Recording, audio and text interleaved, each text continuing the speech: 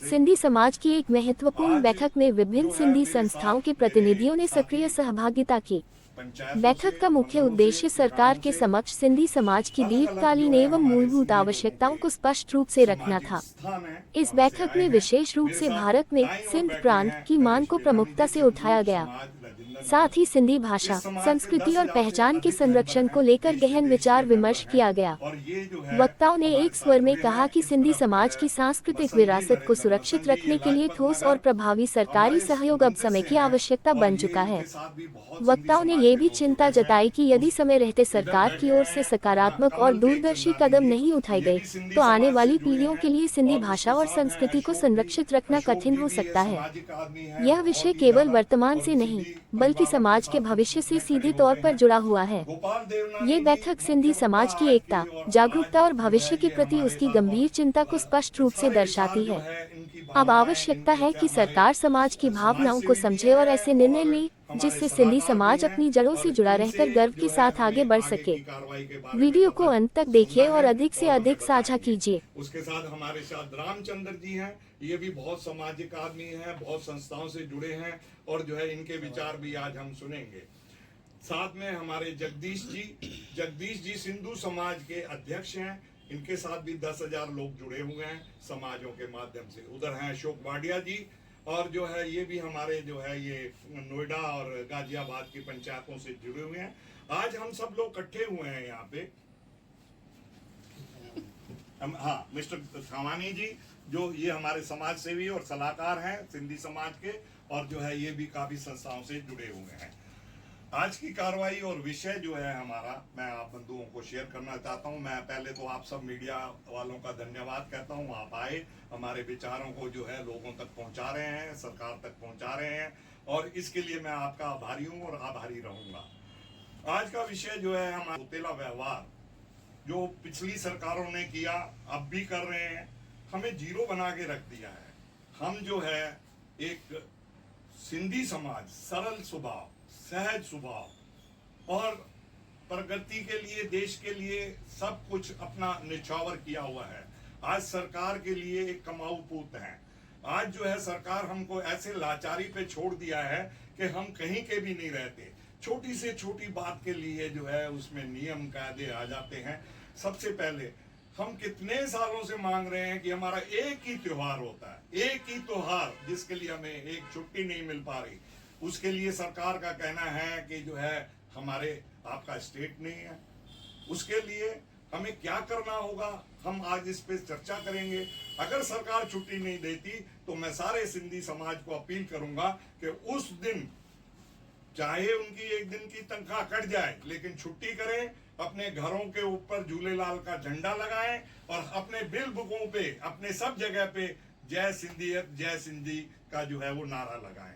इसके बाद जो है हमारी और भी कई मुख्य बातें हैं। हमारा प्रदेश नहीं है, हम लुट के, कट के, मर के यहाँ पहुंचे। हमारे क्लेम भी सरकार के पास पड़े हुए हैं। हमारे को क्लेम मिले, किसी को 4,000, किसी को 5,000, लेकिन उस वक्त के 5,000 आज 50 लाख के लगभग हो गए हैं। बहुत मेहनत करके जो है तीसरी जनरेशन, पहली जनरेशन खप गई अपने बच्चों को संभालने में, अपना घर बार बनाने में। भिखारियों की तरह हमको छोड़ दिया गया, किसी ने हमारे बारे में सोचा नहीं। मैं ये सौतेला व्यवहार, इसके अगेंस्ट पर्सनली एक प्रोटेस्ट कह लो या अपने मन की भावना कह लो, मैं सरकार से बार बार अनुरोध करूंगा कि हमारे बारे में सोचें। नहीं तो क्या होता है कि एक जीरो भी जो है ना, कभी पावर की लड़ाई में तो हम हार चुके हैं, लेकिन हम सोशल, हम जो है अपने फाइनेंशियल पोजीशन से बहुत स्ट्रांग हैं। 10 ने थप्पड़ मारा 9 को, 9 ने 8 को मारा, 8 ने 7 को मारा, एक रह गया तो एक ने कहा ये जीरो है, इसको क्या थप्पड़ मारूंगा। जब वो दोनों गले मिल गए तो वो 10 नंबर बन गया। ऐसा दिन ना आए कि हम भी 10 नंबर बन जाए और सबसे ज्यादा जो है। अब मन दुख रहा है, यही भावना उठा रहे हैं हम, यही विचार उठा रहे हैं कि हमारी छोटी छोटी मांगों पे गौर किया जाए। अब मैं आगे अपने गोपाल जी भाई से कहूंगा कि वो अपने विचार बताएं। पूरा परिचय देके तब शुरू करें। नमस्कार, मैं गोपाल देवनानी सिंधी समाज से हूं और मैं बैंकर हूं, बैंक से रिटायर हुआ हूं और उसके बाद मैंने मिनिस्ट्री ऑफ एजुकेशन की national council for promotion of Hindi language में 4 साल बतौर कंसल्टेंट काम किया है और 4 साल में सिंधी एकेडमी दिल्ली का मेंबर भी रहा हूँ और मैं काफ़ी सिंधी संस्थाओं से जुड़ा हुआ हूँ। प्रेजेंटली मैं काफ़ी जो काम कर रहा हूँ सिंधी एजुकेशन सोसाइटी के साथ, जिनके 2 स्कूल हैं लाजपत नगर में, जिनमें करीब 2000 बच्चों से ज़्यादा पढ़ते हैं। और मैं अभी सिंधी काउंसिल ऑफ इंडिया के ऑफिस में बैठा हुआ हूँ, जहाँ पर मैं वाइस प्रेसिडेंट नॉर्थ इंडिया का हूँ। मैं चाहता हूँ कि जो सिंधी 1947 में अखंड भारत से शिफ्ट होकर भारत के इस कोने में आए, बल्कि भारत के सभी कोनों में गए। हम लोग दिल्ली में सेटल हुए, लेकिन हमारे बहुत भाई बंद जो हैं डिफरेंट स्टेट्स में हैं। गुजरात, महाराष्ट्र, मध्य प्रदेश, छत्तीसगढ़, राजस्थान, वहाँ सिंधी काफ़ी तादाद में हैं। हमारा ये कहना है, जैसे अभी लालवाली जी ने कहा कि हमारा एक त्यौहार, जो सबसे बड़ा त्यौहार हमारे झूलेलाल का जन्म दिवस हम इनको मानते हैं, चेटी चंड वाले दिन भी हमारे नेशनल लेवल पे छुट्टी नहीं होती। हमारी ये डिमांड है भारत सरकार से कि हमें सिर्फ आश्वासन ना दें, कुछ करें। अगर इस एक छुट्टी डिक्लेयर करने में कोई दिक्कत नहीं है, मैं समझता हूँ कि सेंट्रल गवर्नमेंट में ये गजटेड हॉलीडे अगर डिक्लेयर कर दें तो इससे हमारा सिंधी समाज लगभग जो 1.5% ऑफ टोटल पॉपुलेशन है वो खुश हो जाएगा। और वैसे आज की डेट में भारतीय जनता पार्टी सेंटर में है, तो हम ये डिमांड भारतीय जनता पार्टी से ही कर रहे हैं। और सिंधी समाज शुरू से ही भारतीय जनता पार्टी के साथ, या उससे पहले जनसंघ था, उससे जुड़े हुए हैं।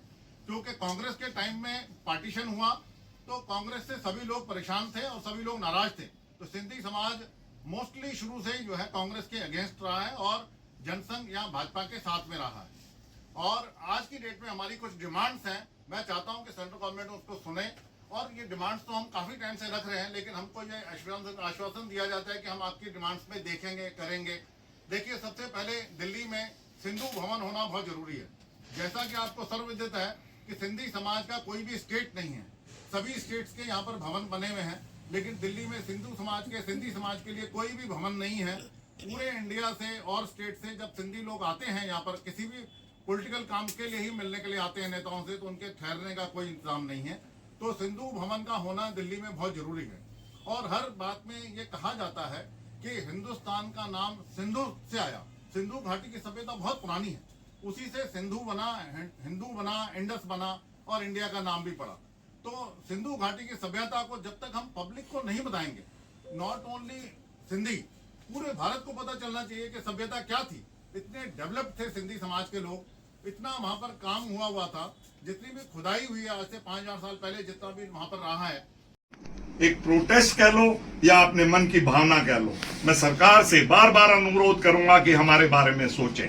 नहीं तो क्या होता है कि एक जीरो भी जो है ना, कभी पावर की लड़ाई में तो हम हार चुके हैं, लेकिन हम जो है अपने फाइनेंशियल पोजीशन से बहुत स्ट्रांग हैं।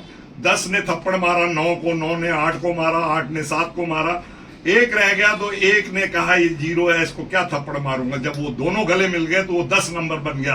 ऐसा दिन ना आए कि हम भी 10 नंबर बन जाए और सबसे ज्यादा जो है। अब मन दुख रहा है, यही भावना उठा रहे हैं हम, यही विचार उठा रहे हैं कि हमारी छोटी छोटी मांगों पे गौर किया जाए। अब मैं आगे अपने गोपाल जी भाई से कहूंगा कि वो अपने विचार बताएं, इस बारे में क्या करना है, सरकार से कौन सी अपील करनी है, किस तरीके से सरकार तक अपनी आवाज पहुंचानी है। आज जो है हमारे साथ जो लोग नहीं भी जुड़ रहे अभी, लेकिन आने वाले भविष्य में हम उनको जोड़ेंगे, चाहे वेब मीटिंग से जोड़ें, चाहे पर्सनली जोड़ें, चाहे हमें अपने सभाओं के जरिए जोड़ें, लेकिन हम जोड़ेंगे उनको और अपने सिंधी समाज के साथ सलाह मशूरे से आगे अगले कदम उठाएंगे। धन्यवाद। गोपाल जी। नमस्कार, मैं गोपाल देवनानी सिंधी समाज से हूँ और मैं बैंकर हूँ, बैंक से रिटायर हुआ हूँ। और उसके बाद मैंने मिनिस्ट्री ऑफ एजुकेशन की national council for promotion of Sindhi language में 4 साल बतौर कंसल्टेंट काम किया है और 4 साल में सिंधी एकेडमी दिल्ली का मेंबर भी रहा हूँ। और मैं काफ़ी सिंधी संस्थाओं से जुड़ा हुआ हूँ। प्रेजेंटली मैं काफ़ी जो काम कर रहा हूँ सिंधी एजुकेशन सोसाइटी के साथ, जिनके 2 स्कूल हैं लाजपत नगर में, जिनमें करीब 2000 बच्चों से ज़्यादा पढ़ते हैं। और मैं अभी सिंधी काउंसिल ऑफ इंडिया के ऑफिस में बैठा हुआ हूँ, यहाँ पर मैं वाइस प्रेसिडेंट नॉर्थ इंडिया का हूँ। मैं चाहता हूँ कि जो सिंधी 1947 में अखंड भारत से शिफ्ट होकर भारत के इस कोने में आए, बल्कि भारत के सभी कोनों में गए। हम लोग दिल्ली में सेटल हुए, लेकिन हमारे बहुत भाई बंद जो हैं डिफरेंट स्टेट्स में हैं, गुजरात, महाराष्ट्र, मध्य प्रदेश, छत्तीसगढ़, राजस्थान, वहाँ सिंधी काफ़ी तादाद में हैं। हमारा ये कहना है, जैसे अभी लालवाली जी ने कहा कि हमारा एक त्यौहार जो सबसे बड़ा त्यौहार हमारा झूलेलाल का जन्म दिवस हम इनको मानते हैं, चेटी चंड वाले दिन भी हमारे नेशनल लेवल पे छुट्टी नहीं होती। हमारी ये डिमांड है भारत सरकार से कि हमें सिर्फ आश्वासन ना दें, कुछ करें। अगर इस एक छुट्टी डिक्लेयर करने में कोई दिक्कत नहीं है, मैं समझता हूँ कि सेंट्रल गवर्नमेंट में ये गेस्टेड हॉलीडे अगर डिक्लेयर कर दें तो इससे हमारा सिंधी समाज लगभग जो 1.5% ऑफ टोटल पॉपुलेशन है वो खुश हो जाएगा। और वैसे आज की डेट में भारतीय जनता पार्टी सेंटर में है, तो हम ये डिमांड भारतीय जनता पार्टी से ही कर रहे हैं। और सिंधी समाज शुरू से ही भारतीय जनता पार्टी के साथ, या उससे पहले जनसंघ था, उससे जुड़े हुए हैं। क्योंकि कांग्रेस के टाइम में पार्टीशन हुआ तो कांग्रेस से सभी लोग परेशान थे और सभी लोग नाराज थे। तो सिंधी समाज मोस्टली शुरू से ही जो है कांग्रेस के अगेंस्ट रहा है और जनसंघ या भाजपा के साथ में रहा है। और आज की डेट में हमारी कुछ डिमांड्स हैं, मैं चाहता हूं कि सेंट्रल गवर्नमेंट उसको सुने। और ये डिमांड्स तो हम काफी टाइम से रख रहे हैं, लेकिन हमको ये आश्वासन दिया जाता है कि हम आपकी डिमांड्स में देखेंगे, करेंगे। देखिए, सबसे पहले दिल्ली में सिंधु भवन होना बहुत जरूरी है। जैसा कि आपको सर्वविदित है कि सिंधी समाज का कोई भी स्टेट नहीं है, सभी स्टेट्स के यहाँ पर भवन बने हुए हैं, लेकिन दिल्ली में सिंधी समाज के लिए कोई भी भवन नहीं है। पूरे इंडिया से और स्टेट से जब सिंधी लोग आते हैं यहाँ पर किसी भी पॉलिटिकल काम के लिए ही मिलने के लिए आते हैं नेताओं से, तो उनके ठहरने का कोई इंतजाम नहीं है। तो सिंधु भवन का होना दिल्ली में बहुत जरूरी है। और हर बात में ये कहा जाता है कि हिंदुस्तान का नाम सिंधु से आया, सिंधु घाटी की सभ्यता बहुत पुरानी है, उसी से सिंधु बना, हिंदू बना, इंडस बना और इंडिया का नाम भी पड़ा। तो सिंधु घाटी की सभ्यता को जब तक हम पब्लिक को नहीं बताएंगे, नॉट ओनली सिंधी, पूरे भारत को पता चलना चाहिए कि सभ्यता क्या थी। इतने डेवलप्ड थे सिंधी समाज के लोग, इतना वहां पर काम हुआ था, जितनी भी खुदाई हुई है आज से 5000 साल पहले, जितना भी वहां पर रहा है, उसको पब्लिक के सामने आना चाहिए। इसलिए जो हमारा सभ्यता, सिंधु घाटी की सभ्यता है, उसको बाहर लाएं, उसके लिए कोई बड़ा म्यूजियम बनाएं, दिल्ली में बनाएं या भारत के किसी कोने में बनाएं, ताकि सिंधी समाज की जो सभ्यता रही है, जो डेवलपमेंट उस समय हुआ करता था, उसके बारे में सारी दुनिया को पता चले। और हमारी ये डिमांड है कि 26 जनवरी को जो परेड होती है उसमें झांकियां निकलती हैं डिफरेंट स्टेट्स की, और ये मिनिस्ट्री ऑफ कल्चर की जिम्मेदारी है कि जिनके पास स्टेट नहीं है और जिनकी सभ्यता है उसकी झांकी वो निकालें। तो मेरी ये रिक्वेस्ट है मिनिस्ट्री ऑफ कल्चर से कि सिंधी समाज की झांकी एक जरूर निकालें 26 जनवरी पे, क्योंकि ये डिमांड हम काफी सालों से रख रहे हैं, लेकिन ये पूरी नहीं हो पा रही है। और अभी हमने शेखावत जी से पर्सनली में मिले, विज्ञान भवन में मीटिंग थी, उसमें उन्होंने एश्योर किया कि हमसे जो भी हो सकेगा हम जरूर करेंगे। तो मेरी फिर से पुरजोर डिमांड है, रिक्वेस्ट है उनसे कि प्लीज इस बात को देखिए और इसको करिए। 26 जनवरी 2026 को हमारे समाज की झांकी निकलनी चाहिए। Sindhi council of India, northern India, जो मुद्दा है कि सिंधियों को जब देश का बंटवारा हुआ, हम विस्थापित होकर यहां पे आए, हमें क्या मिला? सबको कुछ न कुछ मिला। मैं हर बार यही बोलता हूं, एक सिंधी समाज है जिसको कुछ नहीं मिला। आज जो कुछ भी है सिंधी समाज जो हम खड़े हैं, वो अपने मेहनत पे, अपने दम पर, अपने बूते पर हम लोग खड़े हैं। हमें कोई सपोर्ट नहीं मिली, कुछ नहीं मिली। तो आज जब हम सक्षम हो चुके हैं, आज हम गर्व से कहते हैं कि हमारी जो जीडीपी में कंट्रीब्यूशन है देश की, नंबर 2 पे है। और देश में क्या, विदेश में भी, सारे विदेश में, सारी मतलब शायद ही कोई दुनिया का ऐसी मुल्क होगा, देश होगा, जहां पे हमारे सिंधी कंट्रीब्यूट ना कर रहे हों। तो मेरी एक तो सबसे पहले अपील है सारे सिंधियों को, दुनिया के किसी भी कोने पे रह रहे हैं, आप इतना करिए कि गवर्नमेंट के ऊपर वहां से बैठे बैठे प्रेशर डालिए कि हमें एक प्रांत चाहिए। मैं कहता हूं सारे हिंदुस्तान के सिंधी संस्थाओं को ये डालना चाहिए प्रेशर। प्लस जो बाहर बैठे हमारे भाई बंधु जो भी सिंधी हैं और वो बहुत सक्षम है, अगर वो अपनी पे आए तो वो कर सकते हैं, और उनको प्रेशर डालना चाहिए गवर्नमेंट के ऊपर कि एक सिंधी प्रांत हमारे को मिलना चाहिए।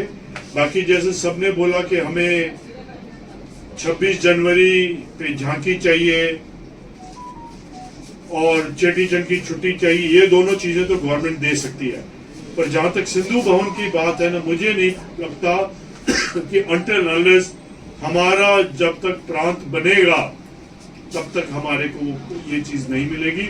और प्रांत हमारा जैसे ही बनेगा फिर तो गवर्नमेंट को ऑटोमेटिकली यहाँ पे भवन देना ही पड़ेगा।